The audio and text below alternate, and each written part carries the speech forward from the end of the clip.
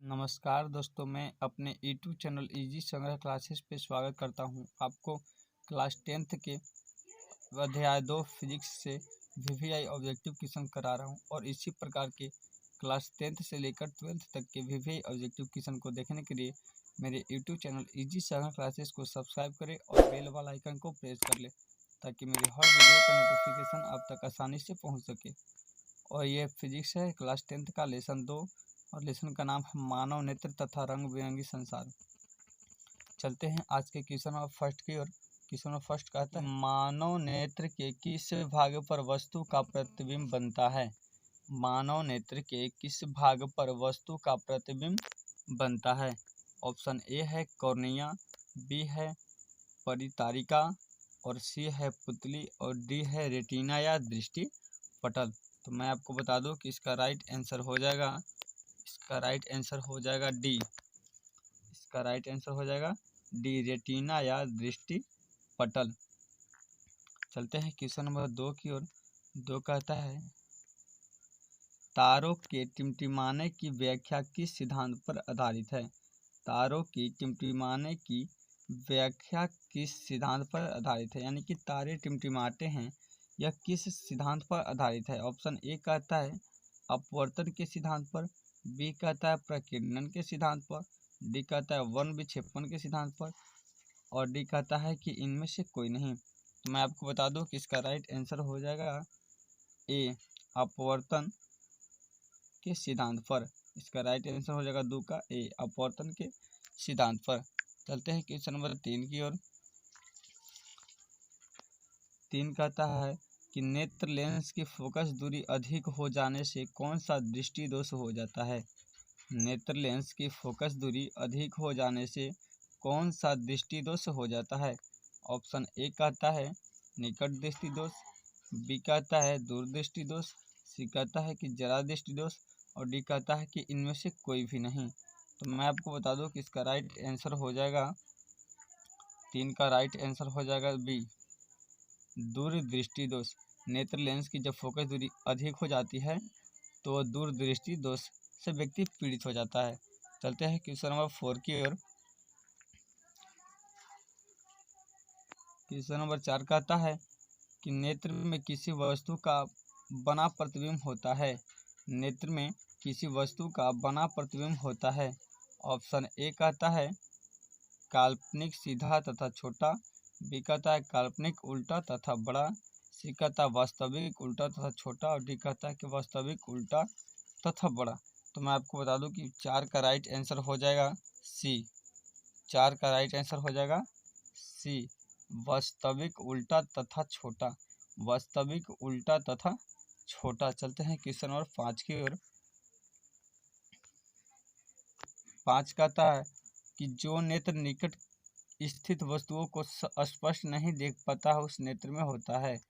जो नेत्र निकट की स्थित वस्तुओं को स्पष्ट यानी कि साफ रूप से नहीं देख पाता है उसे कौन सा दोष होता है? ऑप्शन ए कहता है कि दूरदृष्टि दोष, बी कहता है कि निकट दृष्टि दोष, सी कहता है कि जरा दृष्टि दोष और डी कहता है कि वर्णधरता। तो मैं आपको बता दूं कि इसका राइट आंसर हो जाएगा 5 का राइट आंसर हो जाएगा ए। 5 का राइट आंसर हो जाएगा ए, दूरदृष्टि दोष। जब किसी व्यक्ति निकट की वस्तु को साफ साफ नहीं देख पाता है तो उसे दूरदृष्टि दोष कहा जाता है। चलते हैं क्वेश्चन नंबर 6 की ओर। 6 कहता है कि श्वेत प्रकाश की किरण जब किसी प्रिज्म से होकर गुजरती है तब जो रंग वर्ण से अधिक विचलित होता है वह है, यानी कि श्वेत प्रकाश जब प्रिज्म से होकर गुजरती है तो जो रंग अधिक विचलित होता है उस रंग को क्या कहते हैं? ऑप्शन ए है कि नीला, बी है लाल, सी है बैगनी और डी है नीला और लाल दोनों। तो मैं आपको बता दूं कि इसका राइट आंसर हो जाएगा सी, बैगनी। इसका राइट आंसर हो जाएगा सी, बैगनी। चलते हैं क्वेश्चन नंबर 7। 7 कहता है अपने लेंस की फोकस दूरी को बदलकर दूर या निकट की वस्तु को साफ साफ देख सकते हैं। देखने की आंख के गुण को कहते हैं। अपने लेंस अपने लेंस की फोकस दूरी को बदलकर दूर या निकट के वस्तु को साफ साफ देखने से आँख के इस गुण को क्या कहते हैं? तो मैं आपको बता दूं कि इसका ऑप्शन ए कहता है कि दूरदृष्टता, समंजन क्षमता, निकट दृष्टता, जरा दृष्टता। तो मैं आपको बता दूं कि इसका राइट आंसर हो जाएगा बी, समंजन क्षमता कहते हैं। चलते हैं क्वेश्चन नंबर 8 की ओर। 8 कहता है कि जरा दूरदृष्टता से पीड़ित व्यक्ति उपचार के किस प्रकार के लेंस किया जाता है? जरा दूरदृष्टता से पीड़ित व्यक्ति को उपचार के लिए किस प्रकार के लेंस का प्रयोग किया जाता है? ऑप्शन ए कहता है अवतल लेंस, बी कहता है बाइफोकस लेंस, सी कहता है अपसारी लेंस और डी कहता है अभिसारी लेंस। तो मैं आपको बता दूं कि 8 के राइट आंसर हो जाएगा बी, बाइफोकस लेंस। बाइफोकस लेंस का उपयोग किया जाता है जरा दूरदृष्टता को दूर करने के लिए। चलते हैं क्वेश्चन नंबर 9 की ओर। और 9 कहता है कि एक स्वस्थ मानव नेत्र के निकट तथा दूर बिंदु क्रमशः होते हैं। एक स्वस्थ मानव नेत्र के निकट तथा दूर बिंदु होते हैं। ऑप्शन ए कहता है 0 एवं 25 मीटर, बी कहता है कि 0 एवं अनंत, सी कहता है 25 सेंटीमीटर और 250 सेंटीमीटर और डी कहता है कि 25 सेंटीमीटर एवं अनंत। तो मैं आपको बता दूं कि इसका राइट आंसर हो जाएगा डी, 25 सेंटीमीटर एवं अनंत। चलते हैं क्वेश्चन नंबर 10 की ओर। 10 कहता है कि विभिन्न दूरियों पर की वस्तु के प्रतिबिंब को फोकस करने के लिए आंख के लेंस की फोकस दूरी परिवर्तित होती है। विभिन्न दूरियों पर की वस्तु को प्रतिबिंब को फोकस करने के लिए आंख के लेंस की फोकस दूरी परिवर्तित होती है। ऑप्शन ए है पुतली द्वारा, बी रेटिना द्वारा, सी कहता है सिलियरी पेशियों द्वारा और डी कहता है आइरिस द्वारा। तो मैं आपको बता दूं कि 10 का राइट आंसर हो जाएगा सी, सिलियरी पेशियों द्वारा होता है। चलते हैं क्वेश्चन नंबर 11 की ओर। 11 कहता है कि जो नेत्र दूर स्थित वस्तु को स्पष्ट नहीं देख सकता है उसे कौन सा दोष कहा जाता है? जो नेत्र दूर की वस्तु को स्पष्ट नहीं देख सकता है उसे कहते हैं। ऑप्शन ए है दूरदृष्टि दोष, बी है निकट दृष्टि दोष, सी है जरा दृष्टि दोष और डी है वर्णधनता। तो मैं आपको बता दूं कि इसका राइट आंसर हो जाएगा बी, इसका राइट आंसर हो जाएगा बी, निकट दृष्टि दोष, निकट दृष्टि दोष। चलते हैं क्वेश्चन नंबर 12 की ओर। 12 कहता है कि किस दृष्टि दोष में किसी वस्तु का प्रतिबिंब रेटिना के आगे बनता है? यानी कि कौन सा दृष्टि दोष में किसी भी वस्तु का प्रतिबिंब रेटिना के आगे बनता है? ऑप्शन ए है निकट दृष्टि दोष, बी है दूरदृष्टि दोष, सी है जरा दृष्टि दोष और डी है इनमें से कोई नहीं। तो मैं आपको बता दूं कि 12 का राइट आंसर हो जाएगा ए, निकट दृष्टि दोष में वस्तु का प्रतिबिंब रेटिना के आगे बनता है। चलते हैं क्वेश्चन नंबर 13। और 13 कहता है कि नेत्र की सामंजन क्षमता कम हो जाने में उत्पन्न होता है।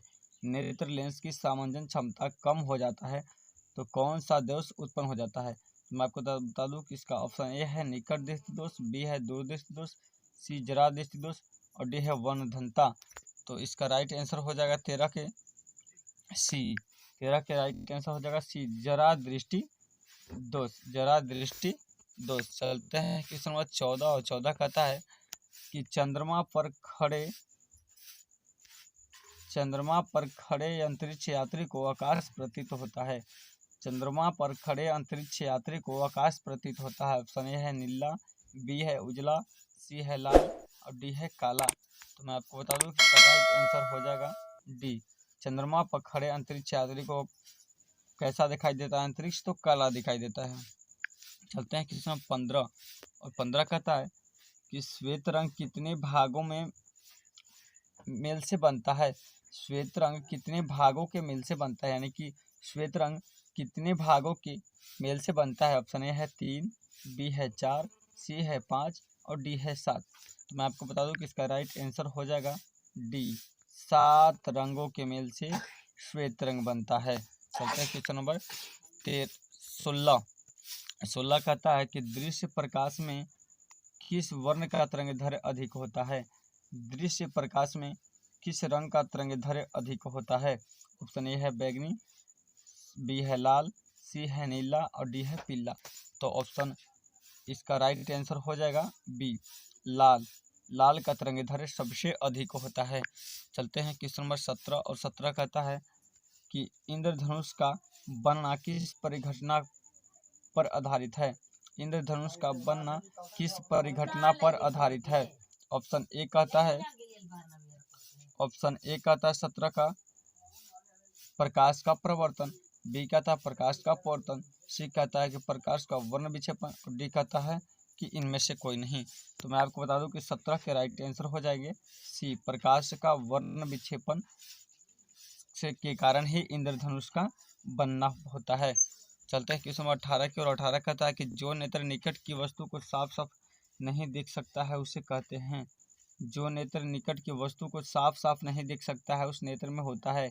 ऑप्शन ए है दूरदृष्टि दोष, बी है निकट दृष्टि दोष, सी है जरा दृष्टि दोष और डी है वर्णधनता। तो मैं आपको बता दूं कि 18 के राइट आंसर हो जाएंगे ए, दूरदृष्टि दोष। जो नेत्र निकट की वस्तु को साफ साफ नहीं देख सकता उसे कहते हैं दूरदृष्टि दोष। चलते हैं क्वेश्चन नंबर 19 कहता है कि किसी कोलाइडी विलयन में निलंबित कणों से प्रकाश के प्रकीर्णन को कहा जाता है। किसी कोलाइडी विलयन में निलंबन को कणों से प्रकाश के प्रकीर्णन को कहा जाता है। ऑप्शन ए है वायुमंडलीय प्रभाव, बी है किंडल प्रभाव, सी है टिंडल प्रभाव, डी है क्वांटविंडल प्रभाव। मैं बता दूं कि 19 का राइट आंसर हो जाएगा आपको सी, टिंडल प्रभाव कहा जाता है, टिंडल प्रभाव। चलते हैं क्वेश्चन नंबर 20 की ओर। और 20 कहता है कि समान मानव नेत्र की दूरबिंदु होता है। समान मानव नेत्र की दूरबिंदु होता है। ऑप्शन ए है 25 सेंटीमीटर, बी है 25 मिलीमीटर और सी है 25 मीटर और डी है अनंत। तो मैं बता दूं कि राइट आंसर हो जाएगा 20 का राइट आंसर हो जाएगा डी, अनंत। चलते हैं क्वेश्चन नंबर 21 और 21 कहता है कि निकट दृष्टि दोष वाले व्यक्ति के चश्मे में होता है। निकट दृष्टि दोष वाले व्यक्ति के चश्मे में होता है उत्तल लेंस होता है कि अवतल लेंस होता है कि बेलनाकार लेंस होता है कि इनमें से कोई नहीं। तो मैं आपको बता दूं कि 21 का राइट आंसर हो जाएगा बी, अवतल लेंस। जिस व्यक्ति निकट दृष्टि दोष से पीड़ित है उससे अवतल लेंस की चश्मे का प्रयोग किया जाता है। चलते क्वेश्चन नंबर 22 और 22 कहता है कि मानव नेत्र में उपस्थित लेंस है। मानव नेत्र में उपस्थित लेंस है, तो मानव नेत्र में कौन सा लेंस उपस्थित होता है? ए है उत्तल लेंस, बी है कोई लेंस नहीं, सी है अवतल लेंस और डी है इनमें से कोई नहीं। तो मानव नेत्र में उपस्थित होता है उत्तल लेंस, ऑप्शन ए सही होगा। क्वेश्चन नंबर 23 है निम्न में से किस दृष्टि दोष में नेत्र की क्रिस्टलीय लेंस की धुंधला अपारदर्शी हो जाता है?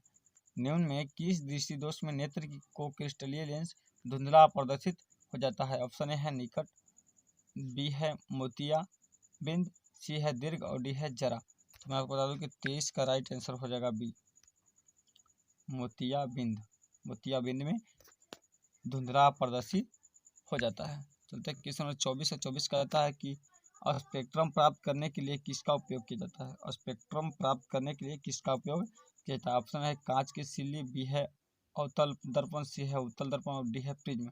तो मैं बता दूं इसका राइट आंसर हो जाएगा डी, प्रिज्म के जरिए ही स्पेक्ट्रम प्राप्त किया जाता है। क्वेश्चन 25 और 25 कहता है कि स्पेक्ट्रम में किस रंग की किरण का विचलन का झुकाव कम होता है?